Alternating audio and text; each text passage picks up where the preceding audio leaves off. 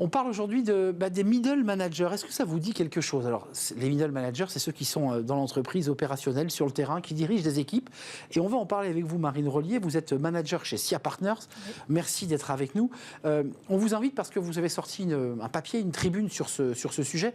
D'abord, pourquoi vouloir parler de ces middle managers? Comme son nom l'indique, c'est managers du milieu et qui sont un peu, j'allais le dire, un peu dans la salle des machines et qui parfois rament un peu dans la salle des machines. Oui. Tout d'abord, peut-être rappeler un peu de contexte. Aujourd'hui, on est dans une phase qu'on appelle d'hyper-transformation. Donc l'hyper-transformation, c'est des transformations qui sont rapides et successives sur les processus et la structure d'une organisation. Or, selon une étude, il y a 75% des managers qui ne s'estiment pas suffisamment accompagnés formés pour accompagner les transformations. Alors c'est considéré comme une priorité sur 7 répondants sur 10. Donc ces middle managers, justement, ont un vrai rôle d'accompagnement des transformations. Et justement, ce qu'on leur demande, c'est plus d'être un relais des messages du top management, mais vraiment d'être un éclaireur de la transformation. C'est une mission un peu, pas impossible, mais complexe. Il doit appliquer des transformations rapides et en même temps accompagner les collaborateurs qui, pour certains, sont en difficulté. Donc il est un peu entre deux cymbales, ce middle manager. Justement, là, notre conviction, c'est de se poser la question du pourquoi la transformation avant de se poser la question du comment. C'est-à-dire vraiment encourager le feedback dans les équipes, ne plus être dans un simple rôle de relais, mais justement aussi encourager une approche un peu plus bottom-up et avoir un vrai rôle de challenge des impacts, des priorités, des objectifs de la transformation et même d'être force de proposition en proposant des nouveaux outils, des nouvelles approches. C'est ce que vous dites, réinventer le rôle du manager, en faire un éclaireur de la transfo. Exactement. Comment on le transforme? On le forme, on l'accompagne, les RH sont présents. Comment on fait pour lui dire tu peux le faire, on t'accompagne? Comment ça marche? Alors, il y a plusieurs moyens. Effectivement, les RH ont un rôle à prendre, que ce soit par de la formation traditionnelle, par de la communauté managériale, par du mentorat, où vraiment on va aider. Mais aussi, le manager peut lui-même s'emparer des sujets et grâce à du mentorat externe ou interne, lui-même pouvoir monter en compétence sur ces sujets en faisant par exemple ce qu'on appelle du peer-to-peer coaching.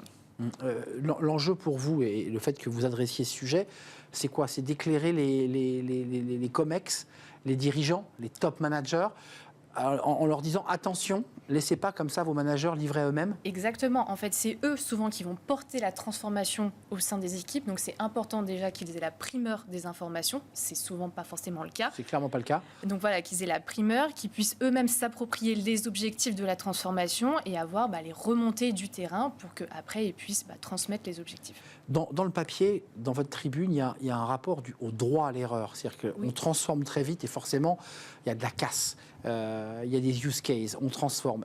Ça, c'est important, cette idée-là aussi de dire au manager, tu as aussi le droit de te tromper, parce qu'il y a un côté un peu Superman dans le manager, et c'est pas vrai, ça n'existe pas. Alors, non seulement le manager a le droit de se tromper, mais les collaborateurs ont aussi le droit de se tromper. C'est-à-dire qu'en fait, il ne faut pas oublier qu'une transformation, c'est à la fois un horizon et un chemin. On peut prendre plusieurs chemins différents tant que l'objectif est clair. Et c'est par exemple le cas chez BPCE, Infogérance et Technologies, où le DRH dit à ses collaborateurs, allez-y, lancez-vous. Si vous vous trompez, c'est pas grave, mais c'est justement en testant des nouvelles approches, des nouveaux outils, qu'on monte en compétences et qu'on fait en sorte que la transformation soit plus ancrée et durable. En creux quand même, dans le message final, c'est que le poste de manager est en danger parce que beaucoup de personnes à qui on propose le poste de manager, et on le voit aujourd'hui, disent non, j'y vais pas. C'est vrai. Vacances du pouvoir. En fait, aujourd'hui, on a tendance, je trouve, quand un collaborateur monte dans une entreprise, à lui proposer un rôle de manager. Alors, pour moi, manager, c'est vraiment des compétences, c'est pas forcément de l'expérience. C'est un coach. Exactement. Donc, il faut aussi pouvoir donner envie. Et justement, quand une entreprise valorise ses managers, leur donne confiance, leur donne la primeur des informations, etc., ça donne aussi une perspective de parcours professionnel pour les managers. Très, très intéressant. À lire cette tribune. On peut la retrouver où, cette tribune? Sur Harvard Business Review. Harvard Business Review. Je n'avais pas donné la source. Merci d'être venu nous rendre visite avec un focus particulier dans cet article sur ces middle managers, parce qu'on a trop tendance à parler de ceux qui travaillent que sur la strate. Exactement. Mais il y a aussi ceux qui sont dans la salle des machines. Merci Marine Rollier. Vous êtes manager chez SIA Partners, à découvrir donc sur ce site. Merci de nous avoir rendu visite.